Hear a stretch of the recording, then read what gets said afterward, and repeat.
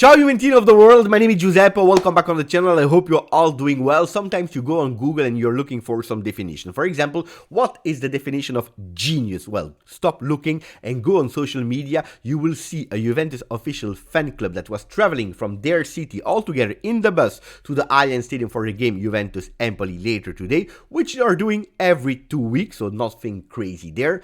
But the nice thing is that all of them were wearing a cap of the police, of the guardians, and all of them were singing together, siamo noi, le guardie dell'Italia, siamo noi, which means we are the guardians of Italy, referring of course to the words of last week in press conference of Massimiliano Allegri, speaking about the robbers and the guardians, the police, referring to Inter, Juve.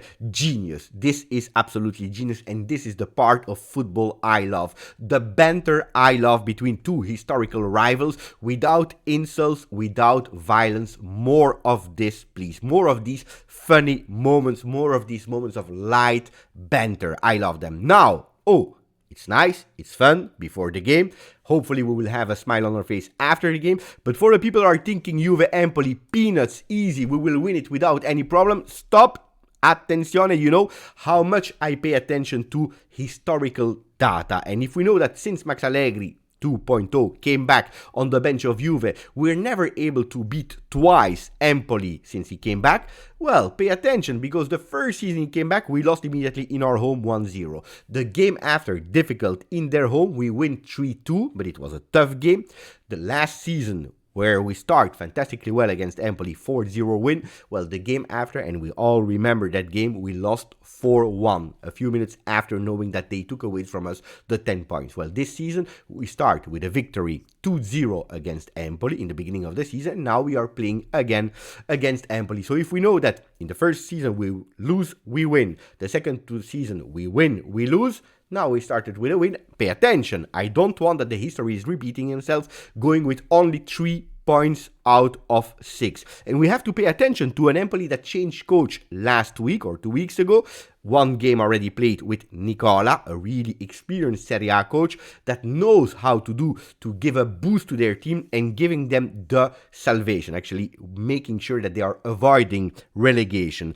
They will play with a Baldanzi that didn't have a really great start of the season, but it's an Italian super talent, and also with their new signing, Żurkowski from Poland, that started immediately in a fantastic way. Last week, his first game from the start, immediately a hat-trick in their 3-0 win over Bologna. They changed way of playing, going immediately with a 3-man defense, and pay attention to them. Now, if they have one weakness, is the set pieces, where they already conceded this season 8 goals without counting the penalties. So that's where Juventus can really beat Empoli. Another thing where if we want to win, well, it will be here, mentally. If Juventus will be able to manage the game, to be mature, to not rush too much looking for a 1-0 if it's not immediately done, if we are again playing like last week where that 1-0 was not coming in the first half, well, if we continue with the maturity, using the head, being smart of the field, well, that can be one of the keys of the game. So pay attention for people that are thinking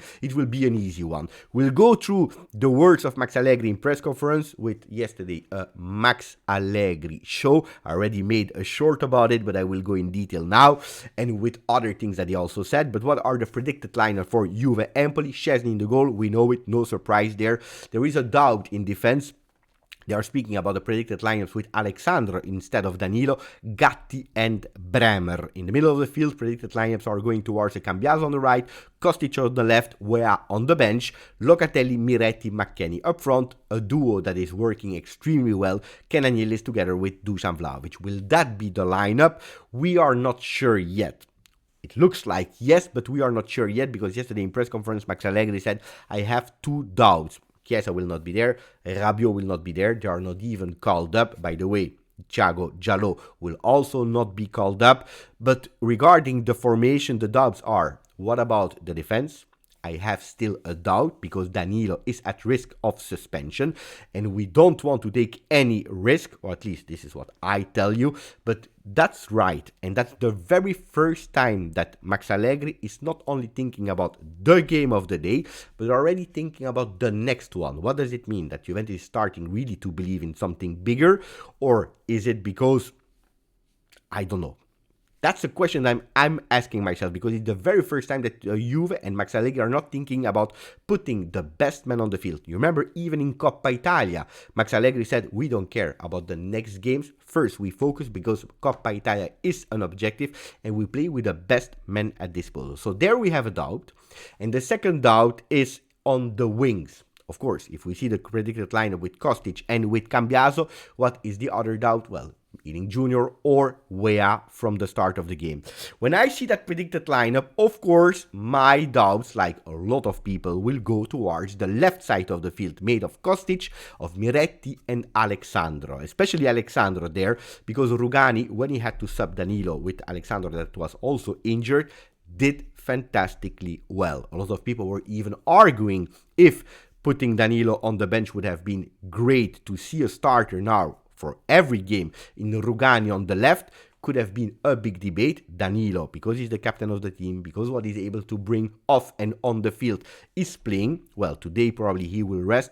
Will we see Alexandro? Will we see Rugani? That's a big one, especially because on that left side of the field, that's where Juventus is suffering a lot. We know it, the goals that we conceded, they are all coming from that side of the field. We really need to be especially paying attention there, being cautious. And on top of that, if you see that triangle made of Alexandro, Kostic and Miretti, there my doubts are growing. Of course, I know that a lot of people would love to see Rugani, Ealing Jr. and probably even Cambiaso on the midfield there to start the game. Probably we can go there towards the second half. We start like that, we will have to be extra cautious there.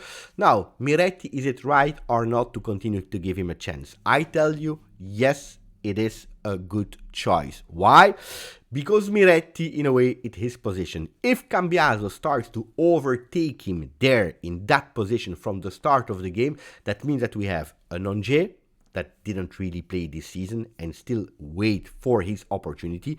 We have a Nicolussi that is only there to be the sub of Locatelli, even if Nicolussi is not that much a regista, but more a mezzala. So that means that he's going also with ranking below, decreasing one of the ranking. And even Miretti, that at the moment without transfer market is the first sub of all the midfield, would lose another position. And that's where I'm telling you, if you want also mentally to involve everyone and continue to trust people and to let them go and grow and to let them continue to perform, or at least to unlock them, you have to play Miretti. Now we saw it, if Miretti is not perfectly working, Max Allegri is absolutely not hesitant to take him away at the 50th, 55th, 60th minute of the game.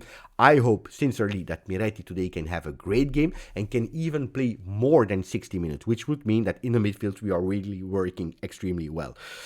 To see where, well, we will have to wait that Cambiaso will take over in that midfield, which we will probably see in the second half. Now, we go towards another topic about the front pages in Italy, and all the front pages, they are speaking about one man only. They are speaking about Sinner. The people that have absolutely no idea about who Sinner is, it's because you are probably not following tennis, or at least not Italian tennis. Well, Sinner is an Italian tennisman that is doing extremely well, beating record after record after record, and not only the records, but also being able to beat Djokovic in semi-final of the Australian Open. Fantastic.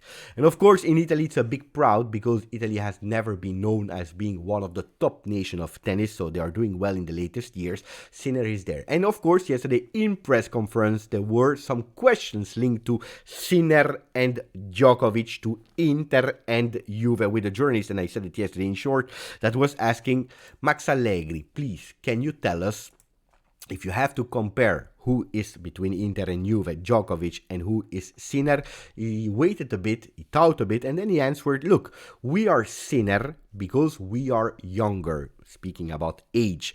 They are Djokovic, of course, because they are a bit older than us. And then he waited, but I don't know. Then they will take it the wrong way. They are a bit touchy.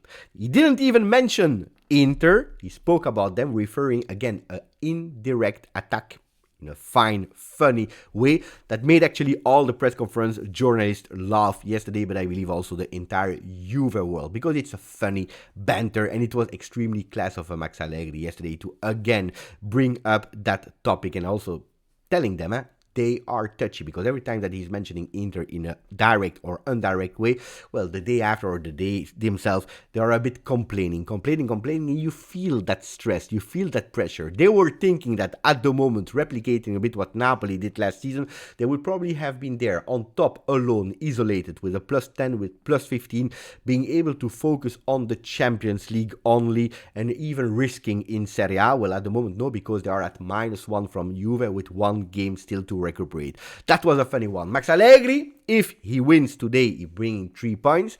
3 points for Juve, which will be fundamental and the most important thing. But on an individual level, and you will be totally crazy when I tell you, if he wins, he will have 1,000 points in Serie A on an individual level. Speaking about Cagliari, Milan, and especially Juve, where he did the most of the points. So at the moment, 997. If he wins, 1,000 points for Mr. Max Allegri. This is what I wish him, but especially this is what I wish our beloved Juventus. He also spoke about other things. Djalo, I told you, not at the moment called up. He started partially to train with the team, and it will be a step by step. He spoke about Empoli, we already spoke about it. Spoke about Miretti, young player. He said playing at Juventus is not easy, but he's doing well, and I'm expecting a lot of more things from Miretti. So telling him, you need to step up your game. I give you trust, but I trust you. You have to repay my trust, step up your game. So important words there. Then he also spoke about Chiesa. No, but he's optimist to see him back against Inter. Him and also Adrien Rabiot. Speaking also about Inter Juve, he said, please call it Inter Juve, but not a decisive clash, not a direct confrontation. You know, to take away the pressure on Inter Juve, the game that will be played next week, to really make it clear that the season will not only depend on the result of Inter Juve, because after that game, a lot of games still have to be played. He spoke about the differences between Yildiz and Chiesa. He said they are different players with different characteristics. One, Chiesa is really unique in the way that he's able to tear apart the game. It's a player that is going with strappi, you know, like with tearing, going fast, and also going a bit more wider, while Yildiz is a player that loves to go a bit more centrally. So again, saying they are two different players, which they are, and we already spoke about the difference of movements that both of the players are doing. Then he said, don't rule out Milan out of the Scudetto race. Why? Because they already did more points than last year, and their dark moment that all the team have at a certain moment, well, is already behind their back. What else? Yeah, I can tell you that it's important to know that yesterday he took really his time, because the press conference was 19 minutes 24.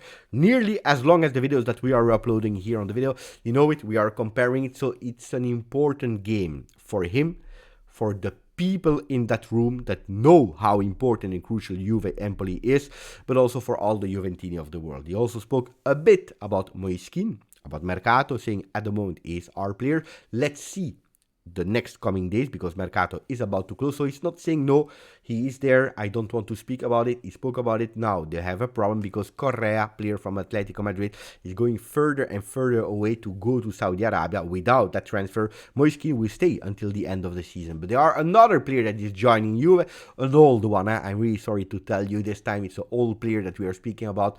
Pedro Felipe, that is born in 2004, is 19 years old. We are used to it. We are speaking about 16, 17 years old. He's already 19 years old, born in 2004.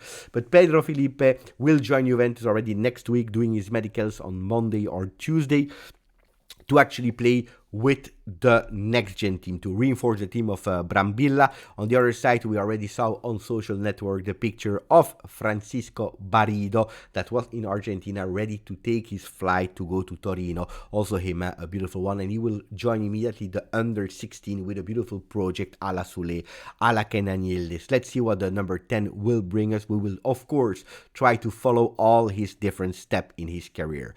Now, there are two different episodes that I can slightly touch upon.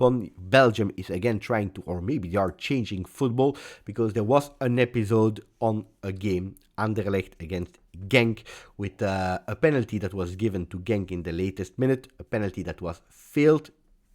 Goalkeeper was taking it, the players in the box already scoring that goal. Unfortunately for them, there were also Anderlecht player already in the box.